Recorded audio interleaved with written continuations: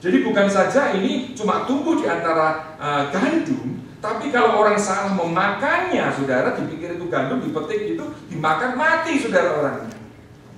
Saudara, orang Kristen yang palsu bukan saja menghambat pertumbuhan dari orang Kristen yang benar, tetapi juga mengambil nutrisi dari orang-orang Kristen yang benar untuk bisa berbuah, saudara.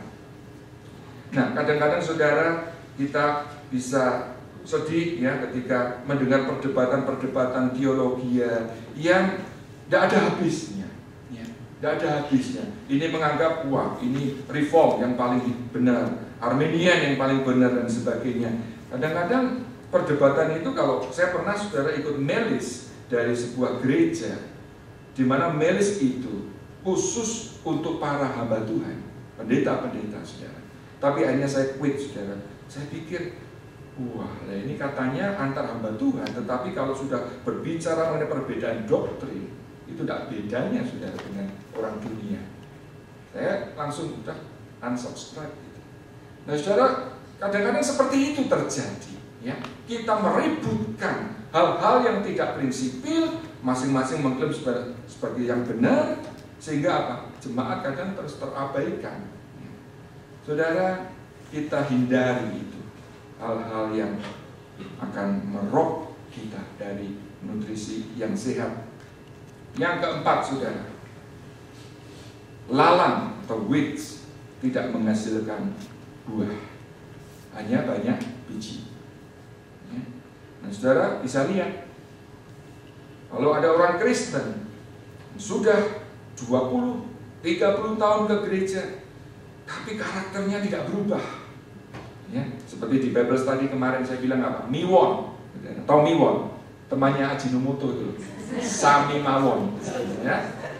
Jadi bicaranya ya tetap terus seperti itu, karakternya tidak berubah. Saudara, itu satu tanda tanya, saudara.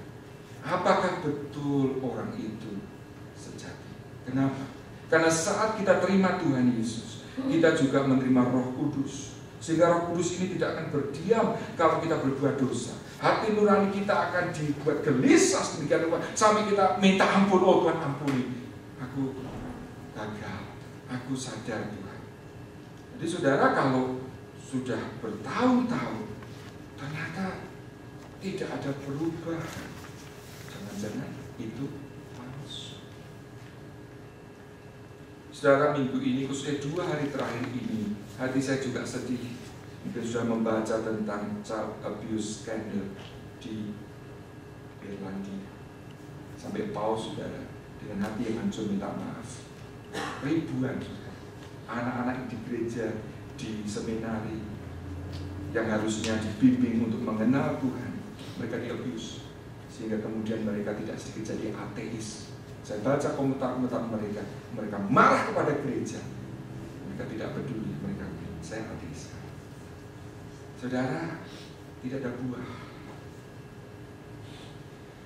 Jadi ini satu question bagi kita. Seperti yang kita bahas di Bible Study kemarin dan masih belum selesai Jumat nanti. Apakah saudara berbuah? Kalau kita tidak berbuah, jangan-jangan kita Kristen palsu. Karena apa? Tuhan itu jelas sekali menghendaki kita berbuah. Ingat, pokok anggur yang tidak, ranting-rantingnya tidak berbuah, diapain? Potong.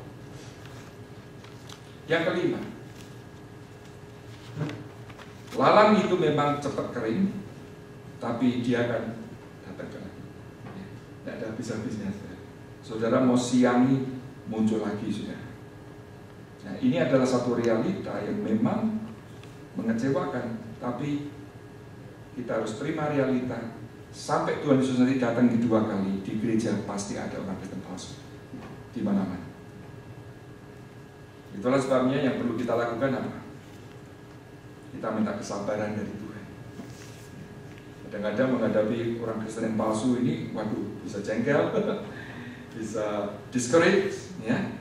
Kita harapkan ya bahwa semua orang di gereja itu wah penuh kasih, ya, setia, komitmen. Tapi ya Tuhan Yesus sendiri bilang tunggu, Jangan dicabut yang tidak asli itu, sebab nanti kalau dicabut efeknya akan juga kena kepada yang asli. Jadi dibiarkan tumbuh bersama. Memang ini sesuatu yang ironi, saudara. Ya, dua-duanya seednya ditanam di tempat yang sama. Ya kan, ladangnya kan sama tadi. Ya. Dua-duanya bertumbuh bersamaan. Tapi ternyata hasilnya lain. Nah, doa dan kerinduan saya, saudara, tidak ada satupun dari jemaat di sini, khususnya pagi ini, yang palsu. Saya rindu, saudara, nanti malam atau sore ketika saudara ada kesempatan, tanya pada dirimu sendiri, apakah aku sekarang ini termasuk yang asli atau masih palsu? Ingat, saudara tidak bisa bilang aku melayani kok, aku ke gereja. Tadi kita jelas membaca. Itu bukan kepastian, saudara. Orang yang melayani, orang ke gereja asli. Tapi yang membuat kita asli adalah karena kita bertobat, saudara. Kita minta ampun sungguh-sungguh. Kita menerima Tuhan Yesus sebagai Tuhan dan Juru Selamat kita. Kita betul-betul sadar sebagai orang berdosa yang akan binasa, dan kita mohon pengampunan dari Tuhan. Kita menjadikan Tuhan Yesus sebagai Tuhan dan Juru Selamat. Bukan cuma Juru Selamat, saudara. Banyak orang Kristen yang hanya mau menjadikan Yesus Juru Selamat untuk menyelamatkan saja, titik. Bukan itu, saudara. Juru Selamat dan juga apa? Tuhan. Artinya apa? Dia yang bertahta, Dia yang menguasai hidup kita, Dia yang in charge atas hidup kita. Kita menjadi hamba-Nya. Kiranya Tuhan menolong kita. Mari kita berdoa.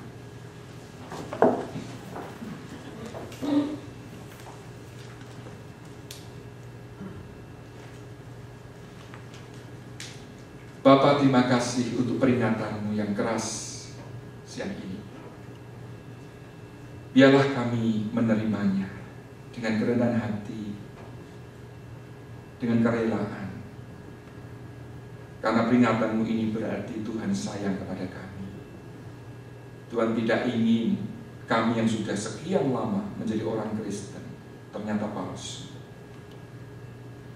Tuhan ingin kami menjadi gandum, orang-orang Kristen sejati, yang setia, yang taat, yang diperbaharui,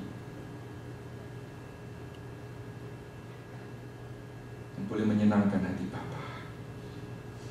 Terima kasih ya Tuhan, Hamba-Mu sudah selesai berbicara. Biarlah Roh Kudus sendiri yang terus berkata-kata kepada setiap kami. Roh Kudus membukakan mata hati kami, menyadarkan kami dengan dosa-dosa kami, menolong kami untuk berubah, bertumbuh, dan berbuah, Tuhan, bagi kemuliaan nama-Mu. Terima kasih Tuhan. Oh Tuhan, Kau mengasihi jemaat-Mu di sini.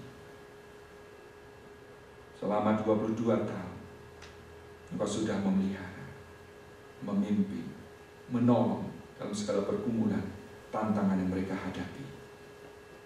Tuhan, tolong jangan tinggalkan kami. Sebaliknya, lawat kami, ya Roh Kudus. Kami rindu kebangunan rohani boleh terjadi di tengah-tengah kami. Kami rindu Tuhan, kami boleh makin mengasihi Engkau, makin mengutamakan Engkau, memberi yang lebih baik, bahkan yang terbaik untuk Engkau Tuhan. Kami semua boleh berbuah bagi kerajaan-Mu, bagi kemuliaan-Mu. Sebab itu bantu kami Tuhan. Banyak hal yang bisa distract dari fokus kami kepada Engkau. Ya Roh Kudus, tolong kuatkan kami, mampukan kami untuk put atau seek the first things first dalam kehidupan kami. Terima kasih Bapa. Bantu para deacon bersama dengan kami hamba-hamba-Mu yang sudah Engkau utus ke sini, para koordinator, semua pelayan Tuhan di tempat ini, untuk kami boleh dengan sehati, kami boleh bekerja sama, saling melengkapi, saling mendukung dan mendorong, saling menjadi berkat untuk bekerja bagi Tuhan, membangun